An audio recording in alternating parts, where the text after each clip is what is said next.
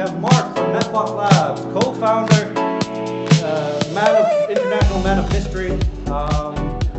What more need I say? I mean, do you have an introduction section, Mark? Or I do not. All right, so just Mark is Netbox. Forget Jeremy. Mark much better.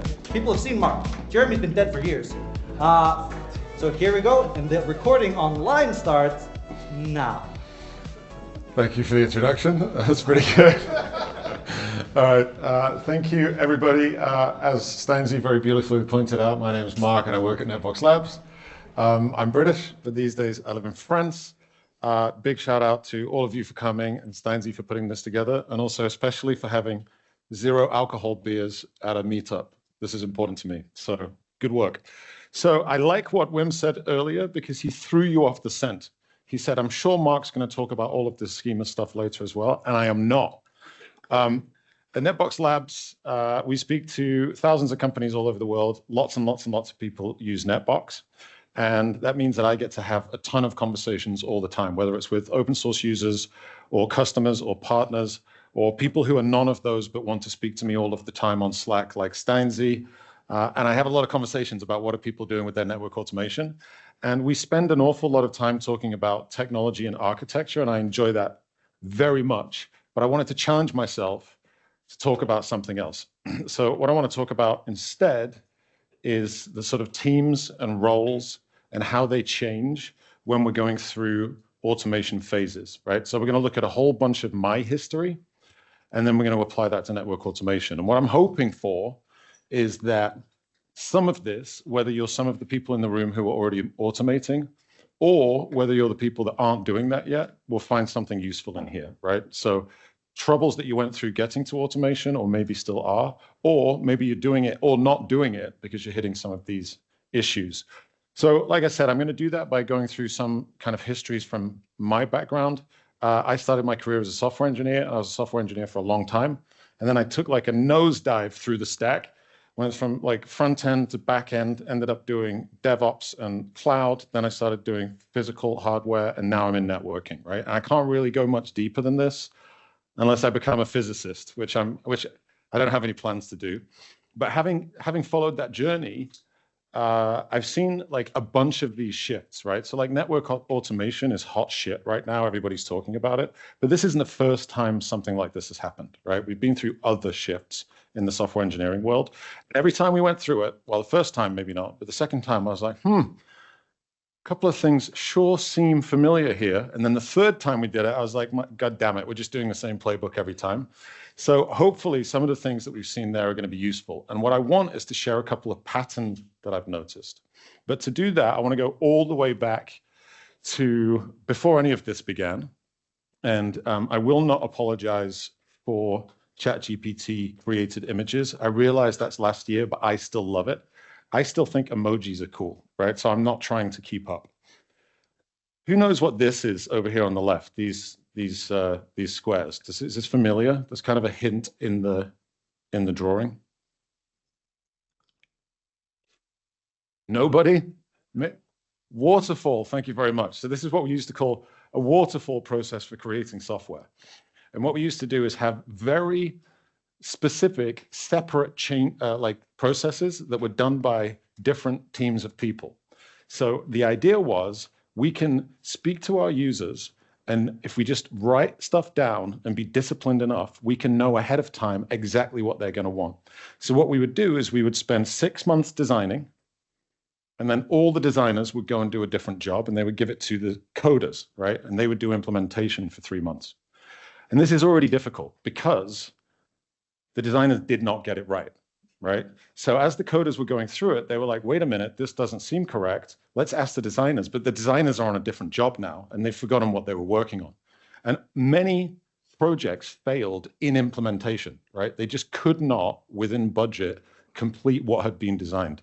But some of them got past that. So if the coders somehow managed to like read the 40,000 page design doc and create something that seemed to work, they wouldn't test it.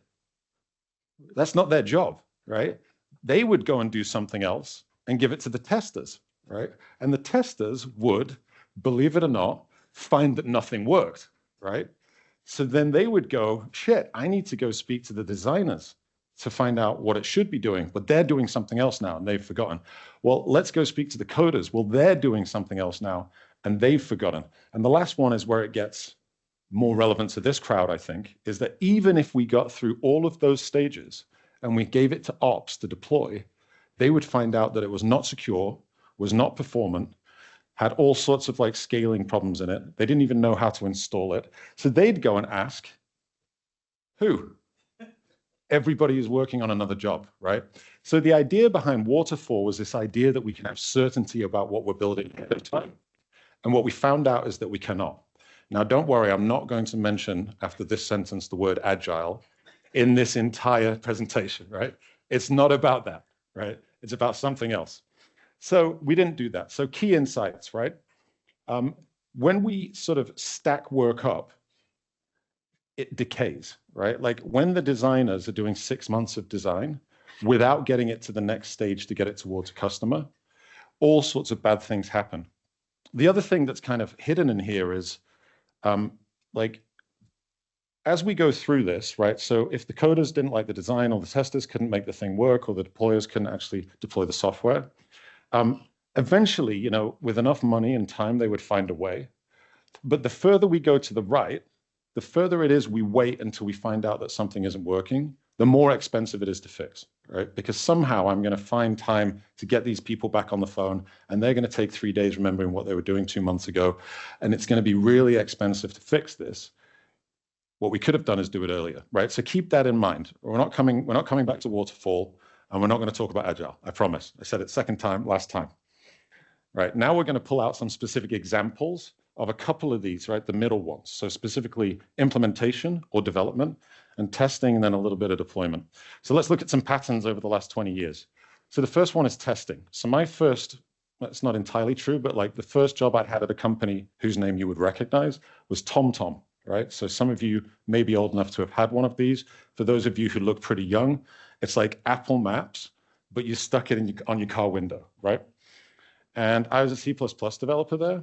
This was late 2000s, and it was very normal then to have coders do a whole bunch of coding and then have a separate QA team, right? And the separate QA team would test everything that you've built in the last month or in the last week or whatever it was, and then get back to you. Now, this is already a lot better than coding for 3 months and then giving it to the testers, but it's still pretty tricky, right? One of the reasons why it's tricky is because those two teams are incentivized on different things, right? As a coder, it was my job to implement to the best of my abilities all of the things that were in my backlog and then give them to the testers, right, in any order. The testers are incentivized on making sure that the features actually work. Okay, sounds reasonable. We're going to go through a few examples, right? I have skills in translating requirements into features. The testers have skills in doing exploratory or manual testing, right? So what actually happens in this scenario is that even though we have much shorter timescales than months, it still sucks. Because really what happens is they'll take some kind of code that I've shipped over to them. Maybe it's not version controlled, right? This is like 2008. They'll go and try and reproduce it. They won't be able to reproduce it. I'll be making new changes to the code all of the time, and it still becomes a very difficult relationship between the two teams. Things slow down. So that's like the noughties, I would say, the 2000s. Fast forward a little bit, people started to get really interested in deployments, right? So if I created some code, how do I actually deploy it to a server or to a device or through to a user? And here we have a similar kind of relationship going on. I'm still incentivized on shipping my changes. The deployment team, ops, they're incentivized on making sure that the application doesn't work, right? But this is a world where there was no Docker yet, there was no Kubernetes, there's none of this other stuff. So this is another example of where an upstream team throwing something over the wall and hoping that it will work doesn't work out. This is where it works on my machine comes from, right? Because I would literally make it work on my Dell Optiplex, and then I would send a DLL file to somebody with maybe a few notes, and then they'd have to go and run it globally, right? This would be tricky. So again, different skills, different incentives. Let's go a bit further. So security is a similar thing. You could say that it's part of ops, but it's very related to one of the shifts that we've seen that we'll use later. So when I'm compiling DLLs or bits of Java and throwing it over the wall, I'm probably not doing extensive security testing, right, on my Dell Optiplex. What I'm doing is I'm saying, okay, the front end comes up, everything seems fine to me. The testers are going to figure out if it really works, and security are going to figure out if it's actually secure. So we have this same pattern that's coming up. And the pattern generally is that the upstream teams have different incentives, right? I'm incentivized on speed. The downstream team is incentivized on safety, right? I need to get features out faster. The downstream teams need to make sure that they're actually fully functional in testing, or they have to make sure that they can be deployed and run at scale, or they have to make sure that they can be secure. Now, this all sounds perfectly reasonable, but if you look at like why all of these shifts were quite difficult, as we will in a minute, you can look at the bottom column on each of these, right? The misalignment in incentives comes down to what will you actually get fired for. So I will get fired as a software engineer in this model for not shipping enough features, right? That's it. There's this clear silo between the two. Once I think it's done, it's somebody else's job to figure out if it really works.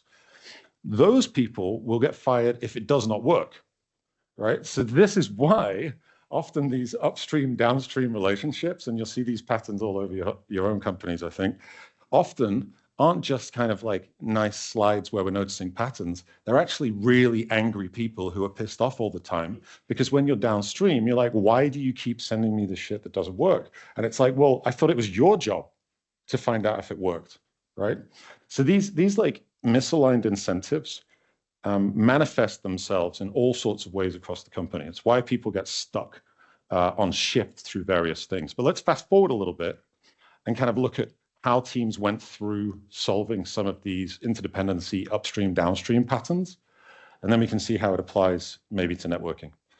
So a common response to this kind of like mild hatred is to introduce the comfort blanket, right? And the comfort blanket is what the downstream team implements to save itself from the river of shit that's coming from upstream, right? It's like, look, you keep sending me things that are broken. I'm in trouble when they're broken, but you're not giving me a fair chance, right? So what am I going to do? I'm going to introduce more manual processes, right? I'm going to, we're going to have a change control board, and we're going to have a 20-page document that you've got to fill in before you can send me something, right? And this is a very natural response from the downstream team to protect itself from what's coming upstream. The other thing here, and I can't, like, we're going to come back to this a little bit later, but if you're in a team now where someone is saying, if those guys just had more discipline, if they just followed the process better, we wouldn't have any of these problems, right? That's a pretty good signal you are wrapping yourself in a comfort blanket, right? I'm going to come back to kind of where this makes sense. So when we take this approach, right, these kind of upstream, downstream things happen all over the place.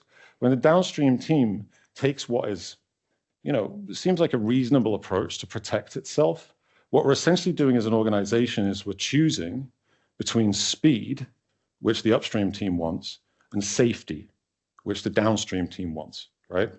Most organizations that really want to kind of scale don't want to have to make that decision, right? They want to go safe and fast. But you could be working in places where the rate of change isn't very high. Having a lot of manual processes may work for you, right? So it's not a talk about how everybody needs to automate. It's just calling out the patterns. So there's this idea of shifting left. Does anyone know what shifting left is? Nobody. All right, it's fine. We're going to go through 3 examples.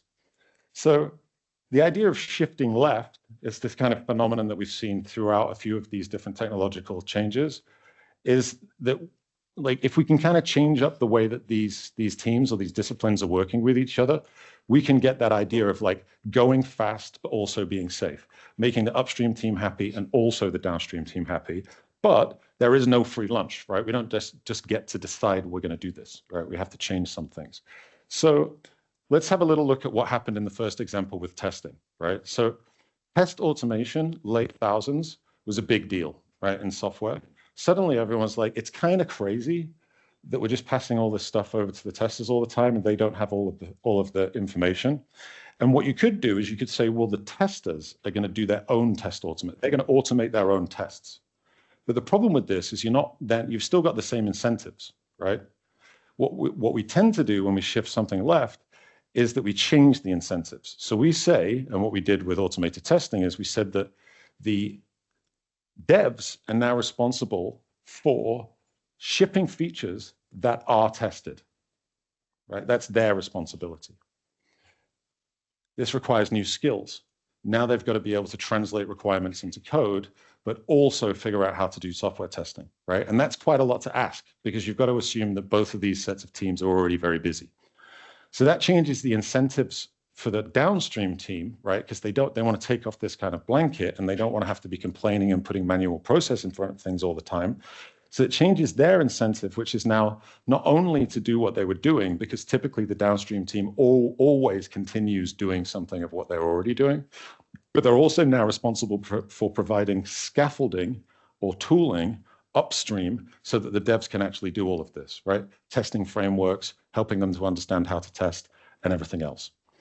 Let's take a second example. You might have heard of DevOps or continuous delivery, continuous deployment. This was the kind of second example, right? So what happened here? Same deal. Developers are now incentivized not only on turning requirements into features, right? Shipping features, but also shipping features that are tested and deployed, right? In some cases, all the way to production. So essentially, we give the upstream team more responsibility. They require different skills. And the incentives for the downstream team changes again. They're also now an enabling function because you can't just say to devs, you now have to deploy to production, right? Like, what does that even mean? Do they have access? Is tooling in place? So you end up with this consultative role downstream. This includes like a whole bunch of new skills, right? So when we look forward to network automation in a while, it's going to seem familiar because if you go Google, how do I do network automation as a network engineer? It's going to say, learn Git. Learn about Docker, learn about Kubernetes, learn about cloud, right? It's going to tell you how to become a DevOps person. And essentially, that's what we're seeing here. The downstream team has to understand how to enable the upstream team whilst continuing to do some of the work that they already did. We're never going to take all of the knowledge from the downstream team and put it in the upstream team's head, right? It's about taking that expertise and making it scalable. Last example. The DevSecOps thing is what we call typically this problem with the upstream team throwing security vulnerabilities downstream, right? And we did exactly the same thing here. So now what we're trying to do is shift the incentives for the development team or the upstream team, I should say, to not only get out more features, but make sure that they're tested and deployed and have done some amount of security checking, right? So we're making the upstream team's job bigger and bigger, but they only have the same amount of time. So that means not only having new skills, but it also means that the downstream team, again, need to provide a way for this to actually happen, right? So this is vulnerability scanning, this is all sorts of other things. So you see this pattern, which is the upstream team, no matter what it is typically when we go through a shift like this, incentivized on a broader set of incentives. So everybody groaned, I'm going to say it one more time, everybody groaned when I said agile. But in Agile, there's typically this idea of a definition of done. I don't know if this is familiar to anybody. Yeah? Okay. So it's like, what does it mean for a thing to actually be done? What we do typically when we go through these shifting left changes is we make the definition of done bigger for the upstream team, right? Features and tested and security and everything else to a certain extent. And the way that we do that is by getting the downstream team to help them. So here we can see the patterns that pop out are different incentives for the upstream team. You build it, you run it, right? Much more responsibility for the total lifetime of the sort of application or the deliverable. The downstream team is incentivized on safety, but without the comfort blanket. So what does it mean? They're helping the upstream teams to do that. The will get fired if changes, right? So the will get fired if now becomes it's safe, tested, secure, etc. Right? The downstream team will now get fired if They have not created a platform where that is possible. Now, we've gone through 20 years of like software engineering shifts. We've gone through test automation, DevOps, continuous delivery, continuous deployment, net DevOps, right? Every time we see one of these kind of ops words, typically it's this pattern that's happening. And it's not only that that took an awful lot of time, but it's also true that many, many companies still don't do any of this, right? So this isn't about saying we all have to do this. It's about recognizing the patterns and figuring out where they might be useful. Where they might be useful is if you find yourself in a situation where you are in a downstream team, like a networking team, and you are getting hammered with requests or something from a different team that's upstream of you, and you're putting all sorts of manual processes in front of you to stop that happening. And the business is not pleased with the general progress that everybody is making, right? Irrespective of the teams. So upstream teams take on more responsibility, new roles emerge typically, right? So in all of these scenarios, roles now exist that did not exist before these shifts happened, right? We didn't have an automated testing engineer in the year 2000, right? It didn't exist. DevOps engineers were invented in 2013, right? Security automation engineers did not exist until we started going through these shifts. And the reason for that is because you can't just say to the downstream team, hey, security guys, you've now got to go and build a security platform so that the engineers can use it, right? This doesn't work. So this is why we start to see that downstream team splitting out different roles. The other side to this is new technologies emerge. So none of what I've described would have been possible unless we'd had, PyTest and Selenium for testing, version control through Git. Docker turned up in 2014 and made this deployment stuff a lot easier. Kubernetes powers a lot of the platforms that are now able to do this. CI/CD servers have been around for about 25 years, but they've only really got popular around about 2010. Vulnerability scanning tools, etc. So if you're in a scenario where you are, let's say, not getting along with an upstream team or a downstream team, and the business is not satisfied with that, right? Like we're putting manual processes in place, that's not scaling, everything's too slow. Then the basic takeaway is to get through that, we typically call it automation, but really what it means is two things, right? It's not just tools, it's also we're going to change how we work together. Now we could talk about sort of trust and culture all day long, but we're not going to go there. This is very difficult to do in low trust environments. Okay, so that's like history lesson over. Now we're going to kind of apply it to like networking, right? So some of you hopefully already found yourselves a little bit in some of these stories. Can I ask if anybody feels that they are on an upstream team who is dissatisfied with the downstream team, right? They're being stopped from going faster. A lot of people are probably here with colleagues, so it might be a bit sensitive. Just sort of wink at me. Okay, it's a networking crowd, so let me ask the opposite question. Is anyone here on a downstream team who's pissed off with shit being thrown down at them? Okay, well, we got 0 for the first question and half of you were lying. We got 3 for the second question, so I'm assuming that's everybody, right? Okay. So let's see if we can try to apply this pattern, right, to kind of networking scenario. And I've made it very simple, right? Just 2 boxes. It's a bit more complex than this, right? So let's imagine that our network users are just application teams. We know that isn't true. Depends what kind of environment you work in, right? So the network users, the application teams, right, they're incentivized on getting their tickets closed as quickly as possible, right? Because they need their tickets to be closed so that their applications can run, right? They need networks. They're skilled in application development. Don't know much about networking, typically, right? They get fired if they don't ship features fast enough. We've seen this pattern before. But since we know pretty much everyone in the room is on the other side of this, let's talk about the second box, right? So the second box is incentivized on making sure that the network doesn't fall over, right? So if you're getting a ton of requests from upstream, there's a lot of different things you've got to do, but probably the prime directive is don't kill the network, right? In other words, you're incentivized on safety above many other things, right? Probably you are skilled in network engineering, security, maybe network design, something like that. You get fired if the network stops working and nobody can do anything anymore, right? So it's exactly the same pattern. Some of you, right, may be doing exactly the same thing.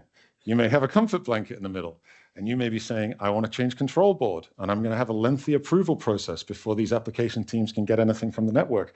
And wouldn't it be nice if they were more disciplined, right? Because if they just followed our 4-page onboarding guide for every change they need, then there wouldn't be any mistakes, right? Seem familiar? Okay, good. So let's look forward a little bit. So like, what are teams starting to do with automation now? And really what I'm trying to show here is that this automation word, right? It's just the thing we always do when this happens, right? There's nothing particularly special about it. There are some unique challenges in network automation, but we've done all these things before. So if we shift this left, then typically what you see, and we see this with, I'd say, more advanced people more advanced companies that I speak to, but who need it, right? Because I do want to underline that not everybody needs this shift, right? It's only if the sort of comfort blanket manual process doesn't work for you. So typically what we end up with here is like the network users are getting incentivized on getting more tested, secure, deployable, including, et cetera, network features shipped, and they need to be responsible for like figuring that out. Okay, networking team, now with new roles popping up in here, like network automation engineers, are increasingly responsible for providing the scaffolding for the upstream teams to do this, right? And there's one very simple way of thinking about this, which is AWS, right? So if you imagine a process where today, if anybody wants anything from the network, they create a ticket, right? And maybe that process is onerous, and maybe you've made it kind of nice, but it is not automated. At some point, what happens is you will say, well, these tickets are all just like free text, and it's a pain in my ass to go read them all. So I'm going to introduce categories, right? You've got to say it's like this kind of thing that I want, and specifically these subnets and something else, or maybe it's even a higher level abstraction than that. Once the tickets start getting parameterized, essentially you're building the inputs to a function. So if you go to AWS and you say, I want a new VM, essentially what you're doing is just using the GUI to fill in a ticket, but there's not a human on the other side of it actually making that happen and doing all the bits that happen, right? There's some automation doing that. When we go through the shift, and with these, I'd say, companies who really need this kind of speed and safety and who are going through automation, what they find, as we said earlier, is that we get different skills, right? So not only different types of team members, but also different skills, because now they're having to expose this platform to actually allow this to happen. So we've got one more ChatGPT generated image for you, but first, quick summary, right? So there's decades of similar transformations, and it is definitely true that network automation has some kind of difficulties in it, right? Like in the software engineering world, we were able to say, oh, that's difficult. I'll just split it into a whole bunch of containers. It's very difficult to do that on a router. But we can learn from the general patterns, right? If you don't need to go super fast, manual processes are absolutely fine, right? But if you do have a lot of manual processes that you're using to protect the downstream team from upstream nonsense or good intentions, whichever way you want to say it, then it could be that you're preventing yourself from being able to take advantage of some of this automation, right? Shifting left requires organizational changes. New roles will emerge. We're going to have to speak to these teams to figure out what they want. And also, it requires a lot of technological changes. And this is what I was getting to earlier. Like in network automation, unlike if you go to cloud native or software testing or DevOps, those tools have been around for a long time, right? Like people really know how to use those. In network automation, there are a lot of tools that we can use, but it's nowhere near as mature. So that's why you see some companies like Google have just built all this themselves and then not shared it with anybody, right? It's about changing roles, but it's also about technology. And in network automation right now, there are people like Vim and others who are doing great work to kind of get us the tools we need so that we can make this shift. Because what isn't going to happen is all software engineers or upstream users are going to learn how to network engineer. And what's also not going to happen is all network engineers are going to learn how to code. right? There's going to be some kind of meshing, but there aren't enough people in the world that can do both. So we need technologies to enable us, just like the automated testing people did, just like the DevOps people did, and just like the DevSecOps people did. And that's it. One point on this, ChatGPT is famous for misspelling things. So Amption means automation. I didn't even notice the difference. So give it up for Mark.